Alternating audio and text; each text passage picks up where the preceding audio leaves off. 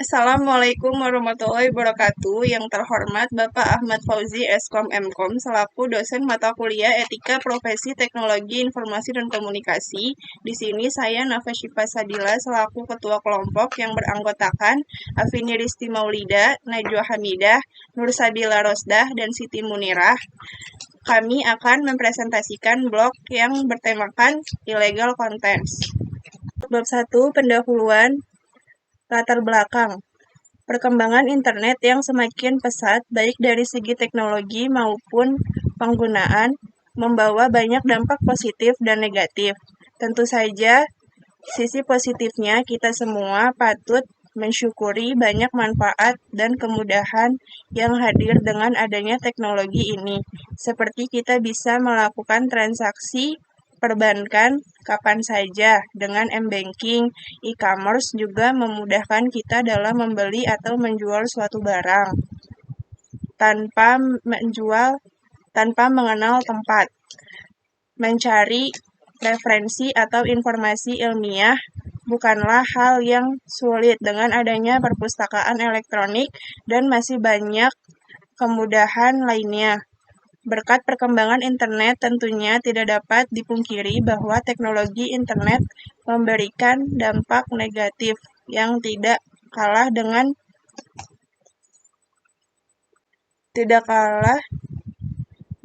berkat adanya internet, kejahatan yang semula bersifat umum seperti intimidasi, pencurian, dan penipuan, kini dapat dilakukan melalui komputer online dengan risiko yang sangat rendah untuk ditangkap oleh individu dan kelompok, sehingga menimbulkan kerugian yang lebih besar bagi masyarakat dan negara untuk melakukan kejahatan baru.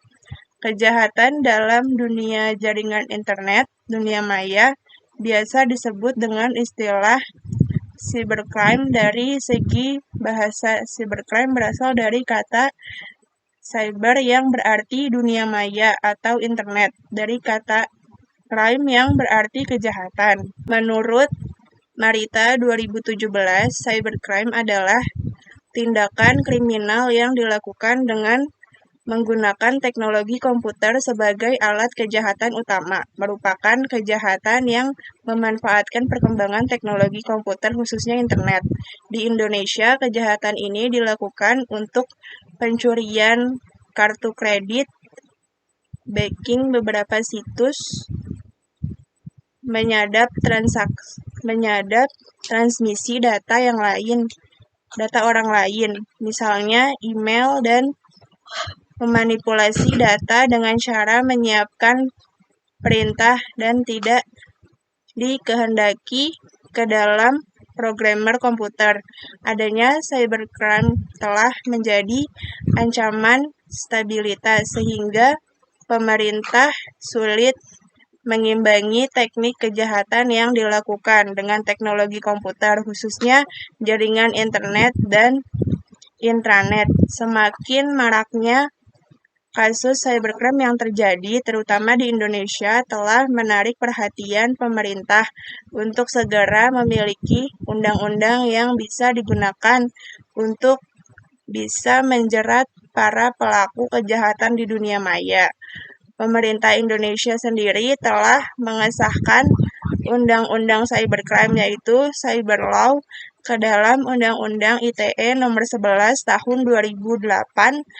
Diharapkan dengan adanya Undang-Undang ITE nomor 11 tahun 2008 ini bisa mengatasi, meminimalisir dan membuat jera pelaku kejahatan di dunia maya. Kemudian untuk maksud dan tujuan. Maksud dari tema makalah ini adalah agar mengetahui lebih jauh tentang kejahatan komputer yang disebut cybercrime dan cyber law, lebih detail tentang illegal content, bagaimana cara menghindari dan mengatasi kejahatan cybercrime dan cyber law yang mengatur tentang illegal contents. Kemudian untuk tujuan dari dibuatnya makalah ini untuk memenuhi salah satu tugas mata kuliah Etika Profesi Teknologi Informasi Komunikasi tentang illegal contents. Bab 2 Landasan Teori. Pengertian illegal contents. Menurut Abidin tahun 2017, illegal contents merupakan kejahatan yang dilakukan dengan memasukkan data atau informasi ke internet tentang suatu hal yang tidak benar, tidak etis, dan dapat dianggap melanggar hukum atau mengganggu ketertiban umum. Sebagai contohnya, pemuatan suatu berita bohong atau fitnah yang akan merugikan pihak lain, hal-hal yang berhubungan dengan pornografi atau pemuatan suatu informasi yang belum tentu kebenarannya. Illegal contents menurut pengertian di atas dapat disederhanakan pengertiannya menjadi kegiatan menyebarkan, mengunggah, dan menulis hal yang salah atau dilarang dan dapat merugikan orang lain.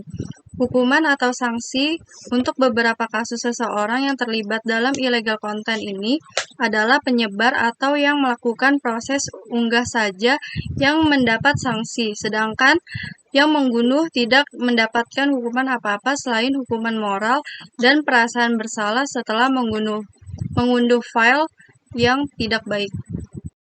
Pengertian cybercrime. Cybercrime adalah suatu aktivitas kejahatan di dunia maya dengan memanfaatkan jaringan komputer sebagai alat dan jaringan internet sebagai medianya. 1. Dalam arti luas, pengertian cybercrime adalah semua tindakan ilegal yang dilakukan melalui jaringan komputer dan internet untuk mendapatkan keuntungan dengan merugikan pihak lain.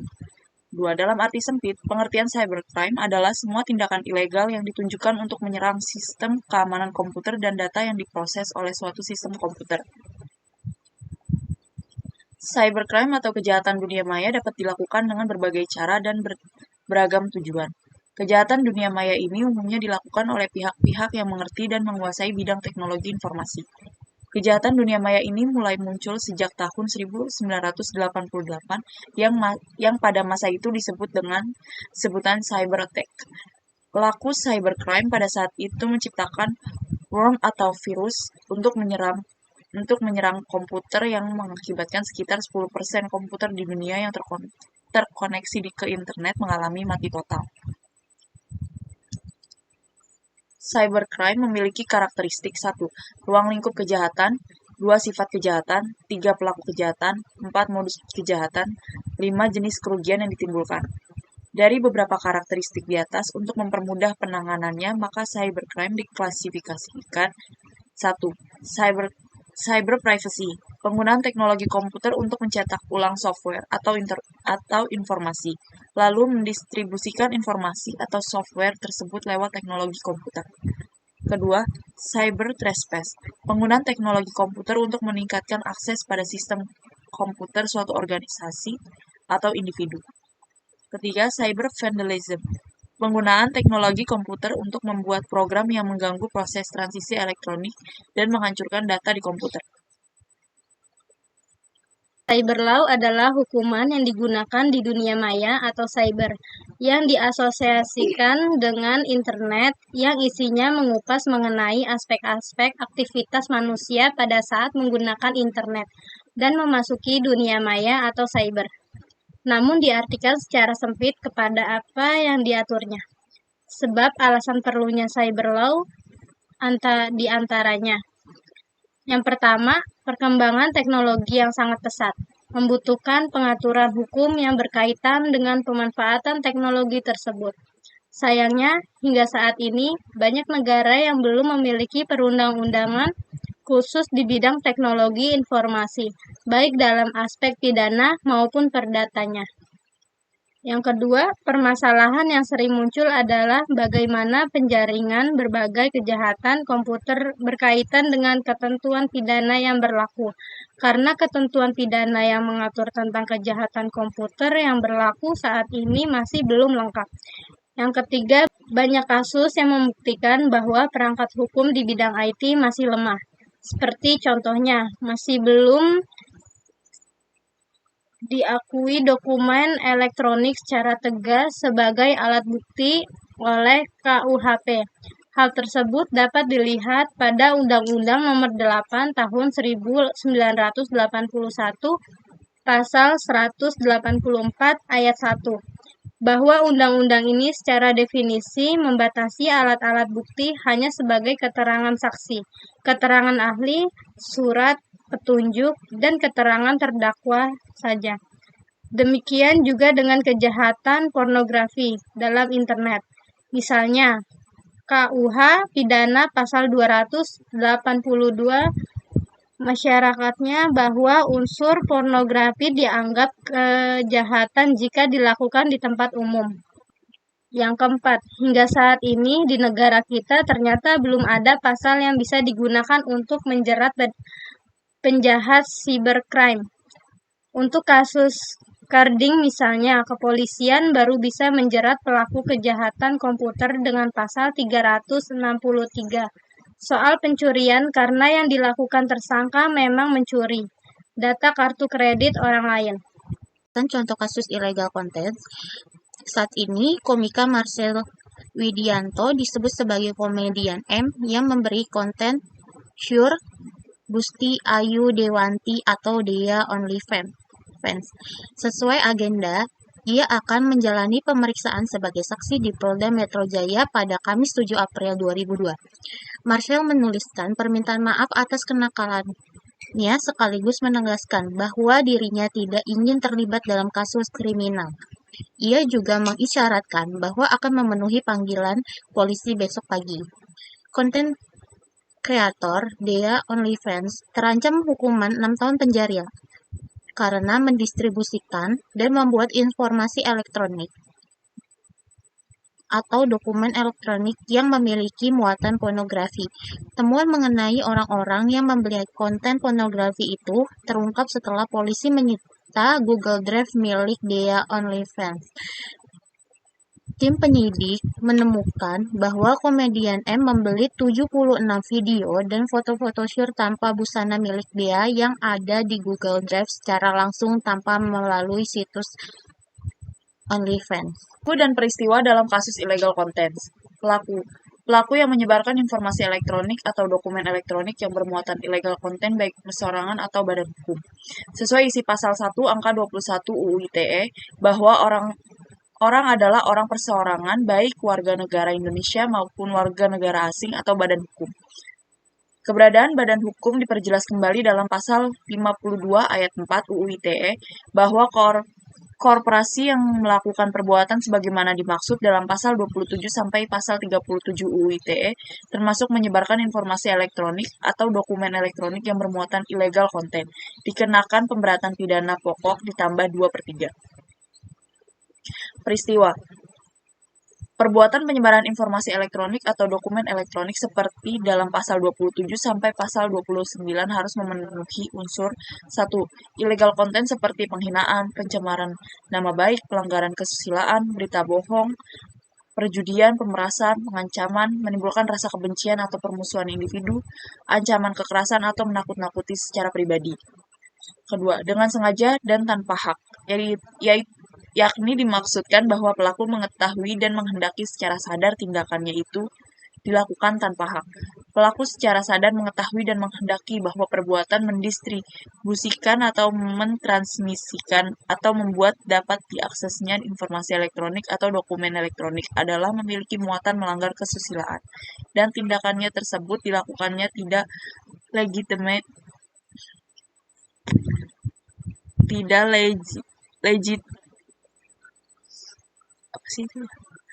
legitimate interest. Perbuatan pelaku berkaitan illegal content dapat dikategorikan sebagai berikut. 1. Penyebaran informasi elektronik yang bermuatan illegal content. Kedua, membuat dapat diakses informasi elektronik yang bermuatan illegal content. Ketiga, memfasilitasi perbuatan penyebaran informasi elektronik. Membuat dapat diaksesnya informasi elektronik yang bermuatan illegal content berkaitan dengan pasal 34 UU ITE. Motif illegal content. Motif dari kasus Marcel Widianto dengan Dea OnlyFans karena ingin membantu perekonomian Dea dengan cara membeli konten dewasa. Marcel mengaku membeli video tersebut untuk dirinya sendiri, tidak menyebarluaskan situs terlarang tersebut ke media sosial. Yang kedua, motif dari Dea OnlyFans melakukan jual beli konten secara ilegal karena kebutuhan perekonomian.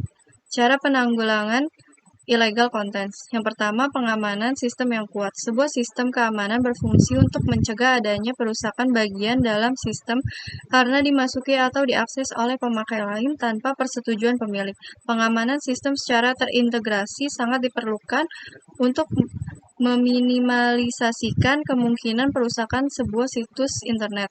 Yang kedua, penanggulangan global. Meningkatkan sistem pengamanan jaringan komputer nasional sesuai standar internasional. Yang ketiga, perlu dukungan lembaga khusus. Lembaga-lembaga khusus baik milik pemerintah maupun NGO, non-government organization, diperlukan sebagai upaya penanggulangan kejahatan di internet.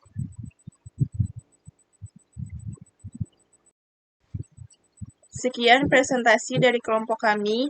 Wassalamualaikum warahmatullahi wabarakatuh.